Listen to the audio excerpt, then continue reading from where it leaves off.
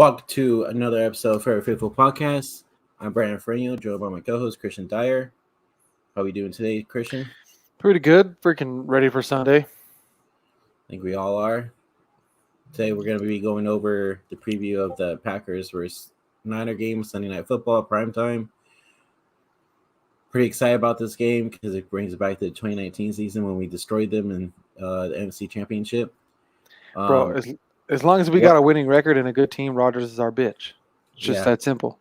So I want to go over what are we going to expect this weekend from our team.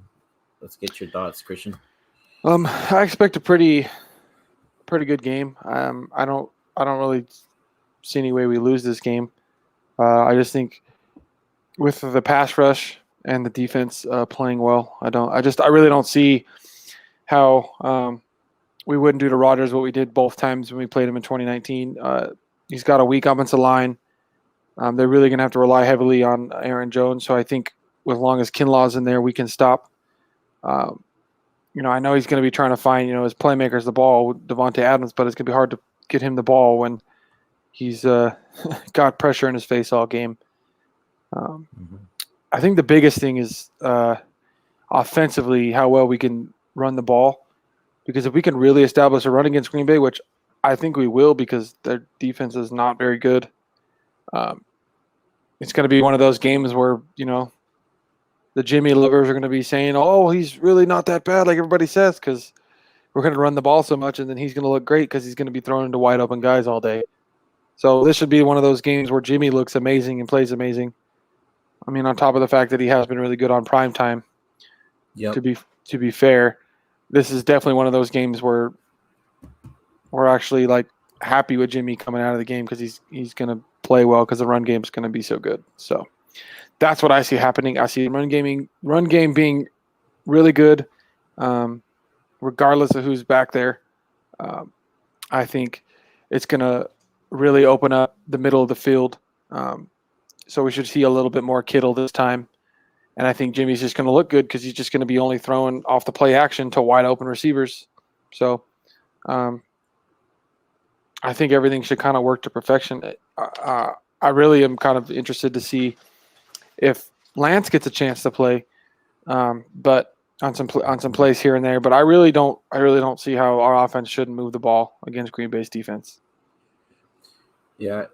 So I was going to ask you too, because the past 2 weeks we've noticed that George Kittle has been quiet. Why do you think that is? I mean, he's been quiet catching the ball. I think, he has been, very productive in the run game so far in the first two games. I'm not sure why he's not getting the ball. I don't know if, he's not getting open or just – I mean, honestly, the way Jimmy's been throwing the ball so far, Jimmy's really going to the guy he's been trusting most so far, and that's Debo, and he's not really looking through his progressions as much, and he's going to one receiver most of the time, but also too when you're dinking and dunking, the tight end's not going to get as many catches.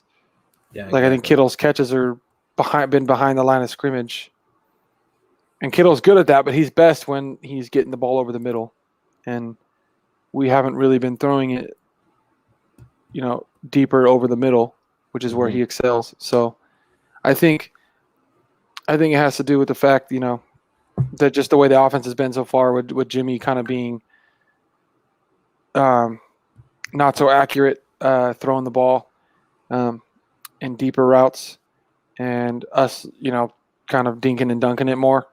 Yeah. That's why I hadn't seen it, but that's also why I don't think Brandon Ayuk's getting the ball because Jimmy can't get him the ball. That's not the kind of quarterback he is. He doesn't have the arm to do it. So, and I mean, I think we've gone Jimmy's thrown one deep pass all season, and that's the one that was underthrown to Debo. Yeah. In the first two games, he's thrown one. I mean, we didn't throw it at all to test the defense against the Eagles. And it's like, I think that type of things are what are going to affect Kittle and Ayuk, specifically more Ayuk. But I'm not too worried about Kittle's production. He'll show up a bit. When we least expect it and we most need him, he'll show up because it's what I he agree. does. So I'm not too worried about Kittle and his production. I think it'll get better throughout the season. But this of any game where he's going to show up, it's this game I was just gonna ask you. Uh, because you the think he's gonna have a big linebackers, game? yeah, because the linebackers aren't that good for Green Bay, and he's a Hmm. bench match against any safety as well. So especially if the run game's doing really well and we're running all over him, Kittle should be wide open over the middle all day, and Jimmy should just hit a play action and boom, there's Kittle all day. So Yep. if any time this was going to be where Jimmy shows up, it would be this game. Yeah, I agree. I think he's gonna have a big game Sunday. I think this is the game where he breaks out, having over 100 receiving yards for sure. Um, and also, I feel like Debo will have over 100 receiving yards as well. And I think as well too. I don't know about you, but I feel like we're gonna see a lot more Ayuk this game. That's what I'm hoping, but that's if Kyle Shanahan's going to get him more involved over the middle of the field or on crossing routes because Mm-hmm. I mean, unless we start throwing outside the numbers or outside the hash marks,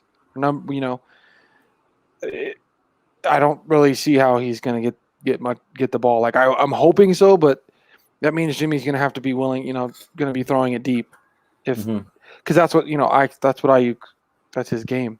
His game is outside the numbers, Yep. and we Exactly. haven't been doing it, so that's why he's not getting many throws. And then when he has run, when he does run a slant, Jimmy overthrows it by freaking 20 feet.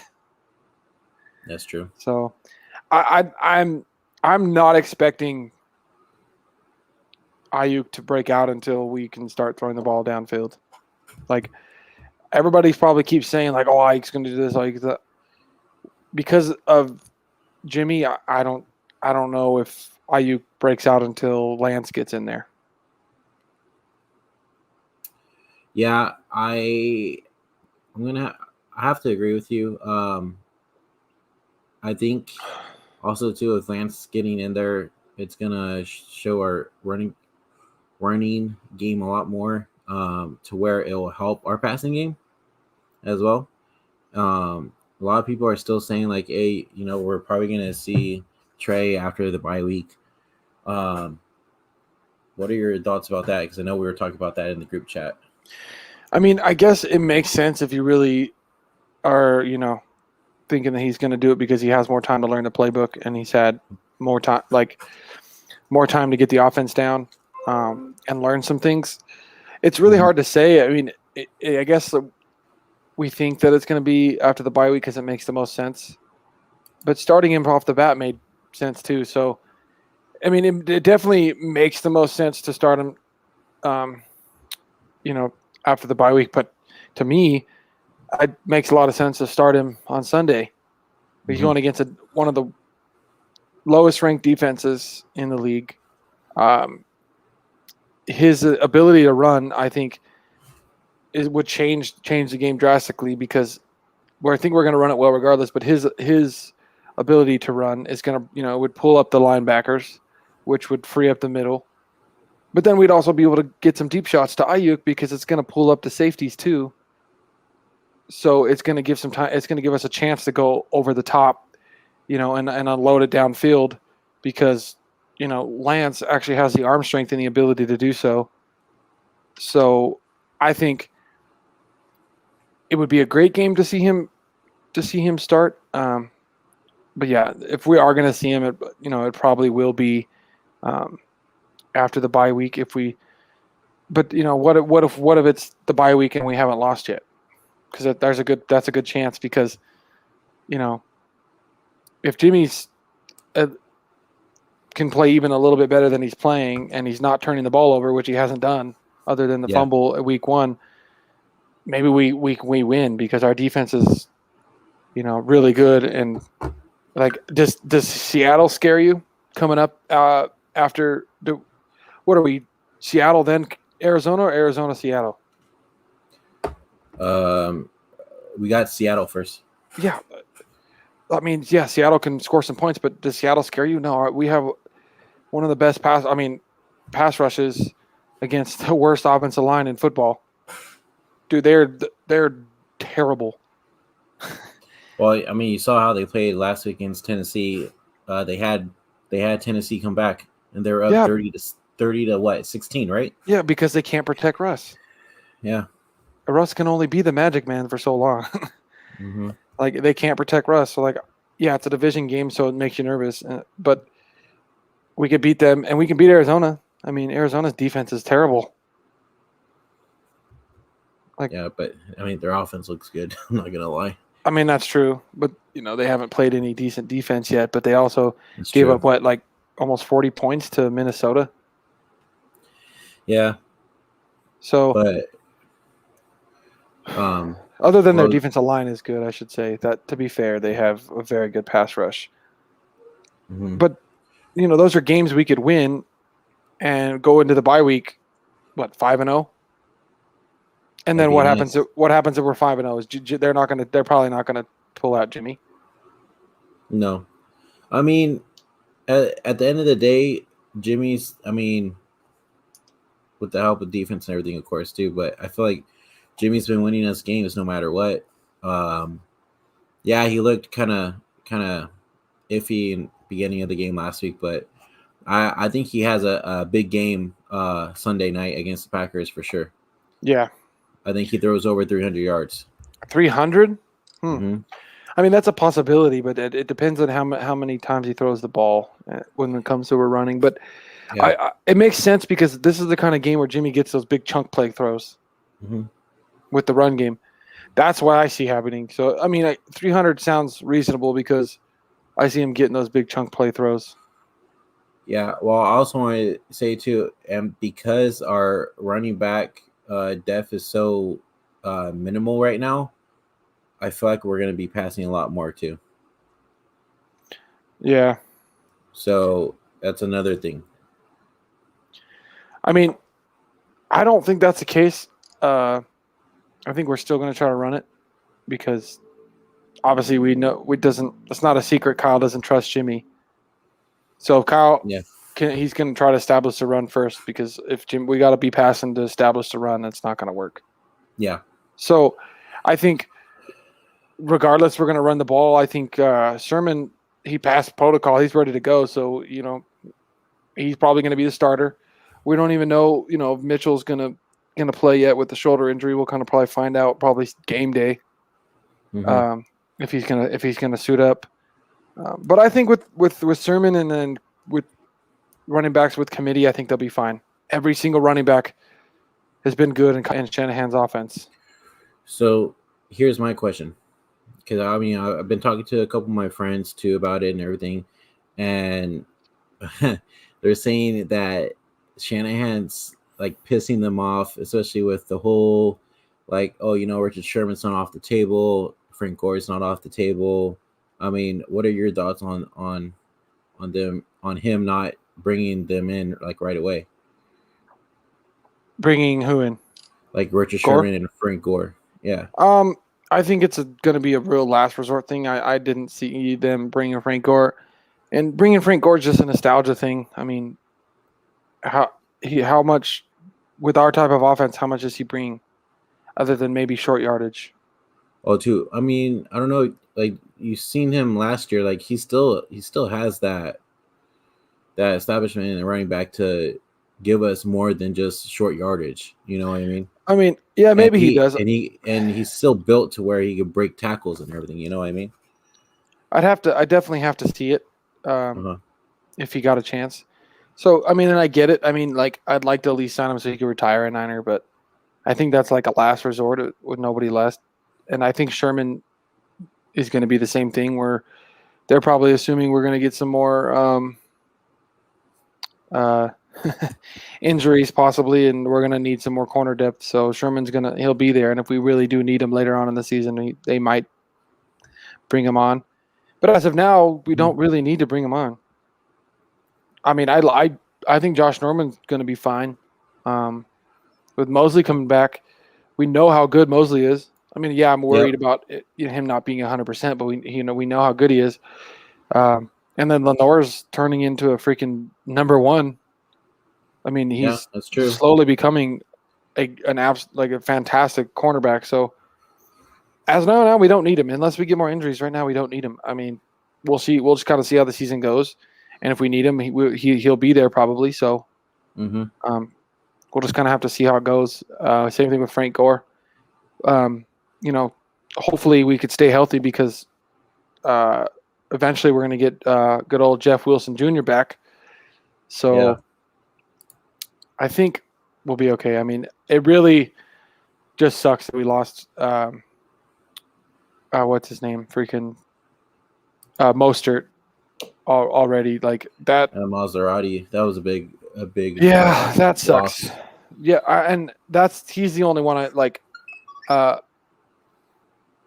That I'm worried about. I think that's the one that I hate losing. Like I think we can afford to just bring in on any of the other guys and they're going to do fine. It's just like I keep saying his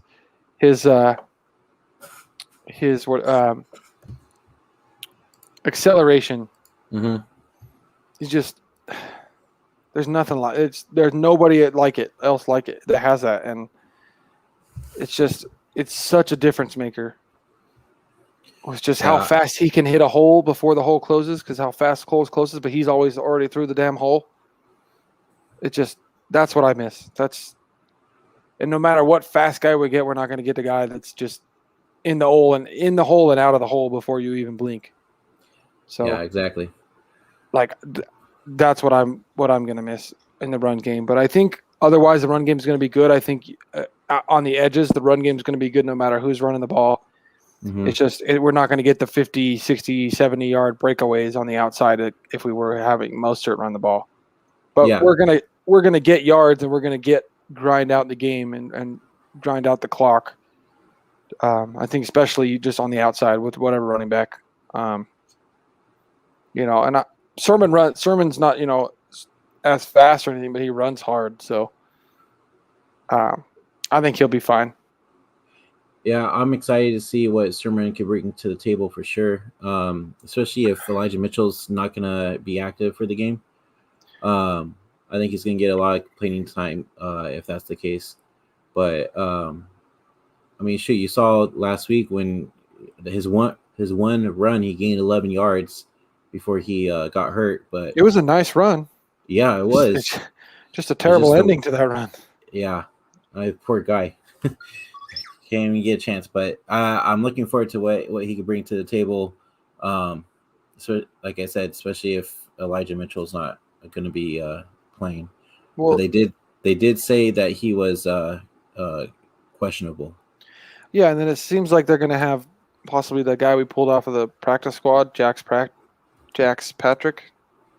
Yeah, what's his name? Jaquez Patrick. Jaquez Patrick. Okay, yeah. So they said he might play. I mean, I haven't seen him run, but he's a pretty big guy. So yeah, and then also too is Trenton Cannon may get some time too as well. Yeah, it'd be interesting because he did get a chance to run against the Eagles and didn't do much, but that might not have been his fault. We'll kind of just have to see. The Eagles have a fantastic interior, so to be fair, well, maybe Cannon will be fine. Every running back that's been in Kyle Shanahan's offense has done good. Like in no other offense would you have known who Mostert was or Breida or Hasty. All these guys. Elijah Mitchell's a 6th rounder and has been playing amazing. So yeah, I mean it's going to be interesting to see how our backfield looks on Sunday night. I want to go on to the defensive side. I want to talk about what do you think? You think Nick Bosa going to go off Sunday night? I think the whole defensive line is going to go off, dude. I think so too. Like, obviously Rodgers can still sling it, but he looks slower. He can't. I don't feel like he can run and move as much. I mean, he's going to still do it and probably make some plays here and there, but I think we're gonna eat him up, dude. And because it's looking like they're going to have to move the right tackle over to left, which even if you're a good right tackle, having to move over isn't easy. And then you're going to leave the right side freaking vulnerable with D Ford and his speed rush. Well, isn't the Packers left tackle too out as well? Yeah, so their second string left tackle might not play with the ankle injury, so they're going to Mm-hmm. move the right. They're possibly going to move the right tackle to left tackle, Yeah, and you know, I just don't see. Like, I think it's going to be one of the that how it was in the NFC Championship game where we were just all over Rodgers the whole time. I think so too. I don't think I think we're in the pressure Rodgers a lot all game, and then also too is I think we're gonna stop their run game. I don't think Aaron Jones is gonna have a game at all. No, I mean he might be a little bit there in the pass game here and there, but the way our freaking our linebackers cover sideline to sideline, that doesn't scare me either. Yeah, Like, it's not going to be like against the Lions who have a terrible defense and they put up 35 points. 32. So yeah, so like yeah, so I don't see how they're going to struggle against our defenses. That's what I think. I think like Jones is going to be like anything to worry about in the run game, especially with Kinlaw in there. Mm-hmm. He's and he can be dangerous in the pass game, but the way our linebackers cover, I don't see that being an issue either. And then you just think about the weapons that Rodgers has. He has Adams, and if you can find a way to take away Adams, what else has he got? Jimmy Ward's going to take away Tanyan. Yeah, that's true. He's gonna shut Tanyan down. That's what he does. He's going to shut him down. Yeah, I So agree. then you got Valdez Scantling, and then Randall Cobb. And Randall Cobb's not the same Randall Cobb. So I was just gonna say that too. He's not the same Randall Cobb as we're used to seeing. And I feel like Aaron Rodgers doesn't pass to him as much in the past 2 weeks too. So that's gonna be interesting to see. I it's just think I think too though because Mosley if Mosley starts, Mosley's gonna be covering Devontae Adams, right? that's what I'm wondering. Like, are we going to switch on who covers Devontae Adams because Mosley's working his Or way back Norman. up? Or is Norman get so like how are we going to cover him? Are we going to have safety help over the top? How are we going to help? How are we going to cover him? Because that's going to make the big differences if we can find a way to like slow him down, shut him down.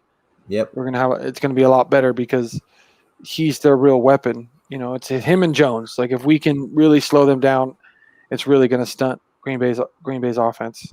Mm-hmm. Yeah, it's gonna be interesting to see because with Mosley coming back as well, you're like, or you wonder like if they're gonna put Mosley on Adams or Norman. Yep. The thing So is too though is if we just like right off the bat, if we just start getting to Rodgers early though, it's going to make a big difference in the game because you know how when he starts getting rattled, he doesn't play as good. yeah, that's true. So if we start hitting him, bam, bam, bam, right off the bat, you'll start to see just Yeah, wear and tear on him. yeah, I can see that happening for sure. But so to end it all off, what do you think? I mean, I think we're gonna get the dub, but I mean, do you think it's gonna be like a really close game, or do you think like? I mean, you don't have to give a full on score prediction, but I say 31-17. I okay. think we're leading most of the game anyway. I think the 17 is because Green Bay gets some garbage points towards the end of the game, which every decent offense does. So I think we're up big already, and then Green Bay gets some garbage points at the end to make it 31-17. I think we control the clock with running the ball and keep the ball out of Rodgers' hands, and then when he does have it in his hands, he gets eaten alive by our defense. So yeah, I'm gonna go with 31-17. Okay. I'm probably gonna go with we get the dub 31-28. Ooh, Yeah. nail biter, huh? Just because it's Aaron Rodgers. I don't know.